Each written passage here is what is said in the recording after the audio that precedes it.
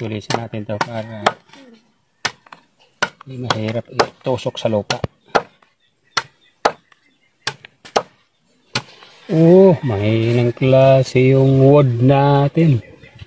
May ano, yung ubod. Okay, isang maaraw na umaga sa inyong lahat. Ngayon guys, natapos na namin barsahin kahapon yung taniman nating mais. Katapos magbarsa, linagyan ko na siya ng linya. Pero yung linya, hindi natin doon itatanim yung mais. Yun lang yung pinaka-guide natin at yung dinaanan ng araro, yung parang hukay, para yung tubig doon dumaan. Kasi patag yung tataniman natin. Pag tag-ulan, namamatay yung mais. Kaya doon tayo sa ibabaw ng, hindi doon sa linya ng araro magtatanim, doon tayo sa ibabaw. Yeah, kung mapapansin nyo, may linya yan ng araro. Pero yung purpose ko na lang yan, yung tubig, dyan may imbak. Para yung mais dito natin sa ibabaw. Para hindi mababad sa tubig yung puno ng mais. Kasi pag maliliit pa, sira sila sa tubig. Ito ang mahirap sa pag tinatam ng palay, pantay siya. Tumitining yung tubig. Ang mais lumalaban, inaano ko mga 1 buwan. Pero pag mo 2 linggo, nalalanta sila. Kaya dito tayo. Saan na ba yun? Ito nga, doon yun.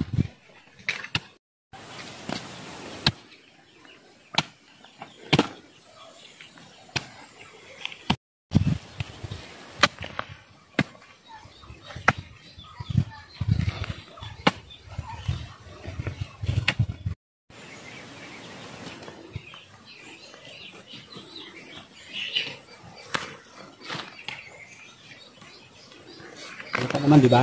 Kahit unahan na kita.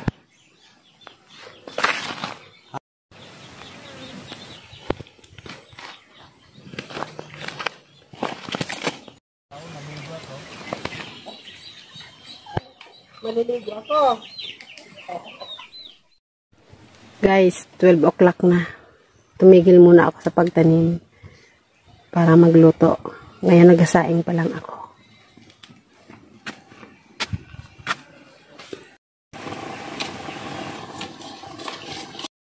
Yan ang lulutuin naming gulay. Pako. Na may halong hipon. Saka, ano ba tawag niyan? Dito sa amin tawag niyan agama. Ko rin ng saging si Banong. Bigay ni nanay.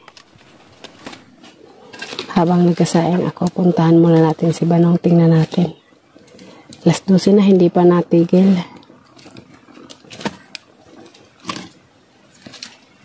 Nagtatanim pa siya. Ito, natapos na namin tong taniman.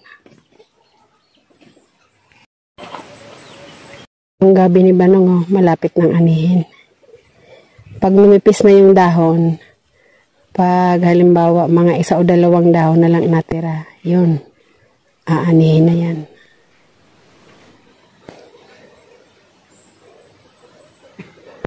Ayun ang ating haligi ng tahanan. Hindi pwedeng pahina-hina, haligi ng tahanan. Hindi tayo pwedeng patalo sa anay. Patalo tayo sa anay, tumba. 12 na. Baga. Mainit. Kainit ng lupa. Pero sana nakayapak para ramdam mo yung tabon. Mabilis, no? Kaso, napakainit ng lupa. Ilang linya mo na? Dito sa linipatan, pangatlo. Yun, tapos na yun. Oo. Grabe init ah. Parang babawiin yata yung nakarang ulan ah.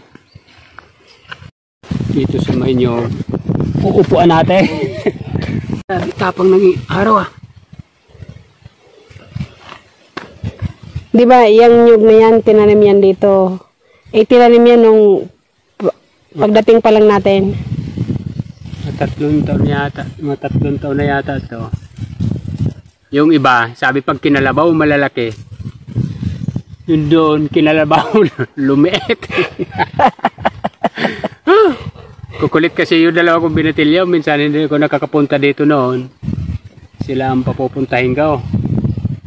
Pag isinuga nila, hindi nila estimate yung haba ng lumid. Eh doon yung lubluban ni Jumbo. Doon sa may lubluban niya, wala nang nabuhay. May buhay pa naman, ilang piraso. Iba yung diferensya ng laging kinakain ng kalabaw yung dahon. Yung hindi. Mabilis lumaki yung hindi nakakainan ng kalabaw. Oo. Yung dahon. Pagdating namin dito, galing Cavite, nung buhay pa ang tatay, hindi daw ito tinatamnan kasi pagtanim na ng palay, puro na may tanim, wala na siyang masusugahan. Kaya hindi daw ito tinatamnan. Nung ako na napunta rito, kaya ito bakit bakante to. Tinamnan ko ngayon ng nyog. Kasi maganda ang nyog. Pag hindi binabagyo, lalo ngayon, mahigit 30 na ang kilo. Wala kang bibitawang pera. Pag tingala mong may matigas, harvest ka na. Yung pagod mo lang talaga ang kapital. Pero ni piso, wala kang gastos. Kaya maganda yung may mga nyugan ngayon. Ngayon, panay nyugan yung paunahan namin dyan. Araw-araw may dumadaan mga ngawit. Kaya yun ang number 1 dito sa Bicol. Kopra talaga. Pag hindi binabagyo, buhay na buhay sila. Mabilis mamunga. January, tanong mo namin ito. Pinatubo ko dyan. Guys, hapon na. Nakakain na kami. Si Banong pinakahuling kumain kasi ang tagal niya bagong bumalik. Tiningnan niya yung tubo. Barado daw. Ngayon, patapos na. Patapos na magtanim si Banong dito sa pangalawang, ano ba tawag nito? Sa Bicol, pangalawang puna.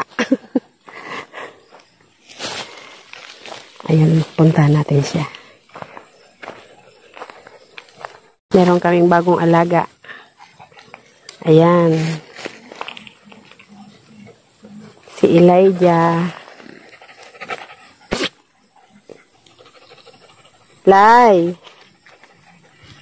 Si Elijah. Eli. For short. Ilang linya na lang. Yun. 2 maiksi.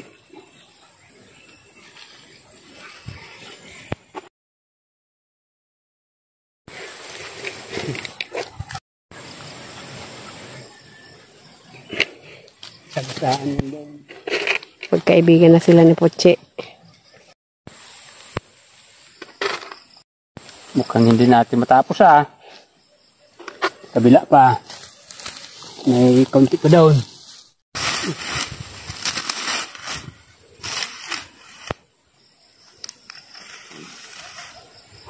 May bato sa buhangin. Pero sa mais, meron din kaming konting mani.